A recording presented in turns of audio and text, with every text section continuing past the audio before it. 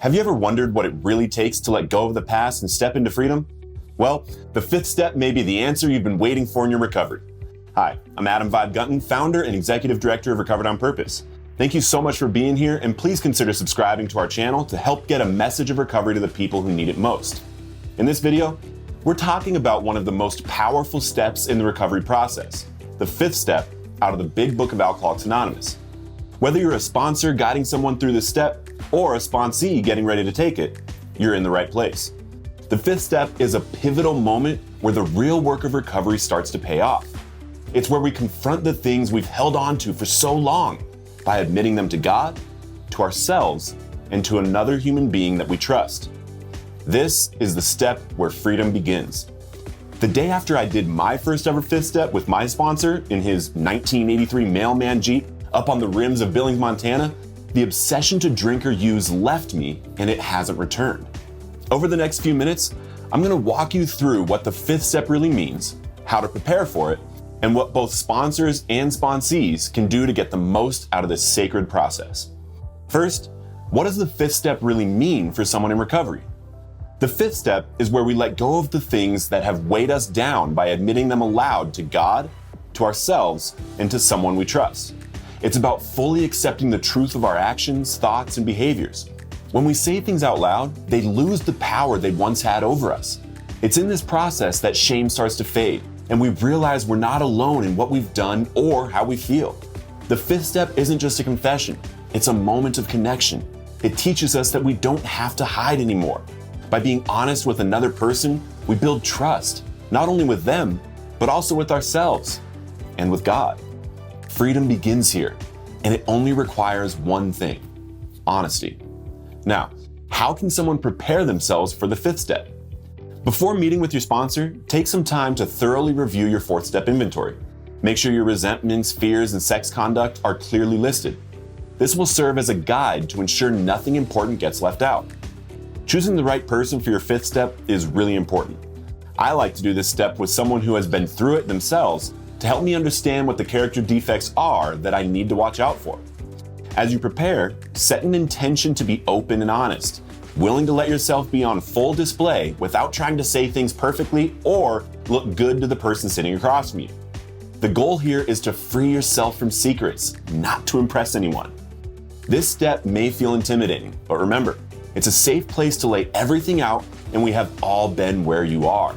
The more honest you are, the lighter you'll feel afterward. When you pick the person to do the step work with, you trusted them for one reason or another. You related to them for one reason or another. A sponsor will often share some of their own fifth step with you to continue to reassure you that you are not alone in your struggles and there is no judgment in this space. So, what is the real role of the sponsor during a fifth step? As a sponsor, your role during the fifth step is simple but crucial. You are there to listen. Not just to your sponsee sitting across from you, but to God, who will guide you through the listening process and inspire you with anything that will help your sponsee along the journey of connecting with Him. Your job is not to fix, correct, or analyze, but to create a space where your sponsee feels safe to be completely honest and where you can both hear from the ultimate authority for how to understand what is being said. This is about them letting go of everything holding them back from their connection with God, not about you offering solutions and opinions. Be fully present, listen carefully without interrupting or rushing. Your calm presence can make all the difference. Tears, anger, or silence are all part of the process. Remember that it takes a lot of courage to admit these things out loud, and your understanding will help them feel supported. At times, if they share something with you they haven't shared with anyone else and feel shame or embarrassment about it, share something from your fifth step that you felt those feelings from, so they are comforted knowing you are not judging them and they are still in a safe space. The goal is to show your sponsee that they've been heard. Listen for true inspiration from God. If there's something that needs to be said about a pattern you recognize in their behavior or thoughts about their behavior, do this in a non-judgmental or holier-than-thou tone. Do it to help them unlock a new perspective. This step isn't about fixing the past. It's about releasing it, moving on to a future without these events holding us in the past. Your role is to walk with them through this process, offering support, compassion, and 100% confidentiality. The fifth step meeting can feel different for everyone, but one thing is certain: It's a powerful experience. I have had sponsees drop on the floor crying because they were experiencing God for the first time in their lives. And I've had sponsees look at me and say, oh, just from a recognition of a pattern of behavior of theirs that was causing the resentments. Sometimes the spiritual experience can be profound, and sometimes there isn't a serious awakening in the moment of the fifth step. Your job is not to seek or facilitate a spiritual experience, but to hold a space where God can do his thing for you and the person in front of you, whichever side of the table you're on. The environment you hold this space should be calm and private, somewhere you feel comfortable opening up. This could be your sponsor's home, a quiet park, or even a church office. What matters most is that the space feels safe. The meeting might take an hour or it might take several, depending on how much there is to share. There's no right or wrong way to do it, and there's no rush. What's important is being thorough and giving yourself permission to express whatever comes up.